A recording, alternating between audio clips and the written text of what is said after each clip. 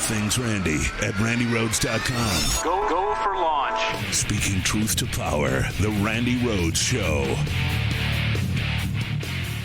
They lose their job. Everybody's hating the longshoremen now because now they realize how important our jobs are. Now I have the president screaming at me, I'm putting a Taft-Hartley on you. Go ahead. Taft-Hartley means I have to go back to work for 90 days. That's a cooling off period. Do you think when I go back for 90 days, those men are going to go to work on that pier? It's going to cost the company's money to pay their salaries. Well, they went from 30 moves an hour maybe to 8. They're going to be like this. Who's going to win here in the long run?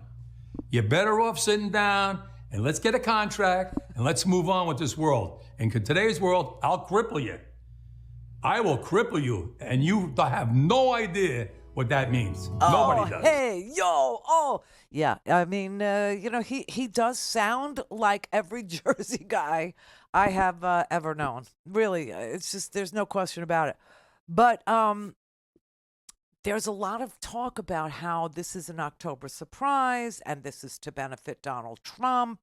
And then there's a lot of talk about how, Joe Biden will never go against the union. And this guy knows that. And so he's taking his moment with Joe Biden in order to extract what he wants in this last contract that he's likely to negotiate for his union because he's 78 years old.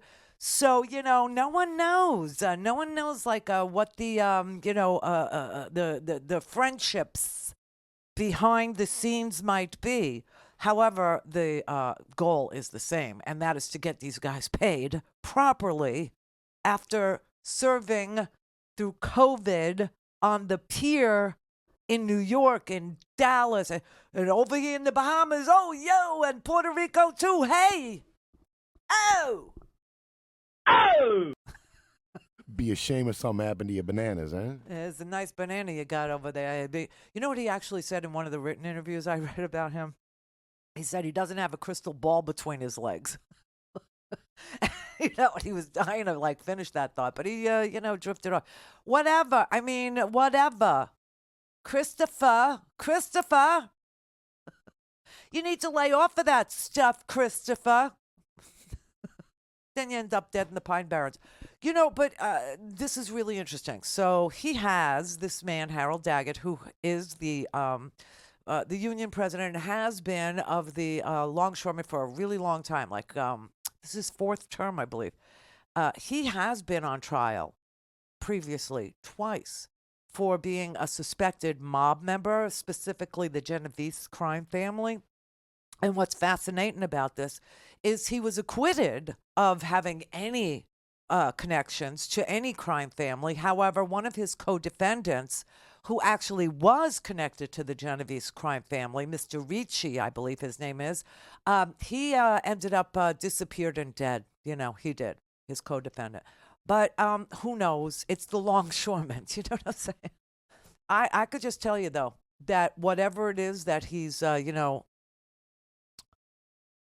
whoever he is, no, that's not right either. Whoever he's friends with, let's put it that way. Whoever his, his pals are, whoever, considers him a friend, and whoever he considers a friend. It doesn't matter.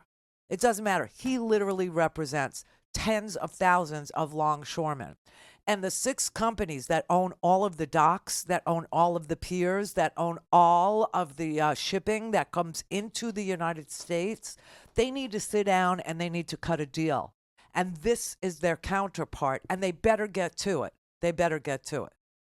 Because I'll tell you right now, Joe Biden is going to, this is a little upsetting where he goes, Joe Biden's going to pull a Taft-Hartley on me. The Taft-Hartley Act is that when there's a strike, you need to go back to work for 90 days and cool off before you go back to the table to negotiate some more. That's, Joe Biden has said specifically on Taft-Hartley, he would not do it. He would not do it. He's a pro-union president. He's the most pro-union president we've seen in forever. And he is not going to, hobble the ability for this union to get paid properly and to get guarantees in their contract about automation. I saw Biden talk about it. This natural disaster is incredibly consequential. The last thing we need on top of that is a man-made disaster. What's going on at the ports? We're getting pushback already. And we're hearing from the folks regionally that they're having trouble getting product they need because of the port strike. And look, there's a consortium of basically 6 owners that control all the ports from all the way to the East Coast down around the Gulf. And they've made incredible profits, over 800% profit since the pandemic. And the owners are making tens of millions of dollars in this. The last thing they need is to profit off of this. It's time for them to sit at the table and get this strike done. Yeah, I don't hear him saying anything. In fact, I heard him specifically somewhere along the line in one of these tarmac interviews say he would not invoke Taft-Hartley. He's not going to force them to go back to work to cool down. He's like, when he says there are some people that are calling me already saying that, they can't get, you know who it is. It's the lobby shop. It's the Chamber of Commerce. Chamber of Commerce is a lobby shop. I know it sounds very, old school chamber, like, corporate, titans all having a lunch or talking about the state of the workforce. No, it's a lobby shop. It represents big business. And they're the ones that are calling Joe Biden saying, finish this, get this over with, pull a Taft-Hartley, make them go back to work and do it now. Now, it would benefit Joe Biden's, Kamala Harris, his vice president, if he did that. But he won't do that. He's not going to do that. And so what does America do in response? Do they stand up and say, always look for the union label when you are buying a coat, dress, or blouse? No. They go and they hoard toilet paper and paper towels, which is really, really insane because 90% of toilet paper and paper towels are made in the United States. Meaning they don't have to arrive here on ships. They're here. So, I saw it yesterday. I swear to God, that's why I made a point to read about it all last night, even though I had the 165 pages to read of Jack Smith's, here's Donald Trump's criming ahead of the insurrection. But I made it a point to learn about this because I went to Publix, which is my grocery, because I forgot to defrost. Brett will, back me up. I said to him, I didn't defrost. And he goes, don't you have any quick dinners? I'm like what? He goes, like a quesadilla. Oh, well, there's no meat. Right, because I didn't defrost. So I went to Publix to buy chicken. Undefrosted, so I could make chicken cutlets, which is what I ended up making. Delish. Simple, breadcrumbs, fast. That's my now faster. But when I was there, I saw these people with shopping carts full of paper towels, toilet paper, and bottled water. Dude, these things are made here. And water comes on a truck, not a ship.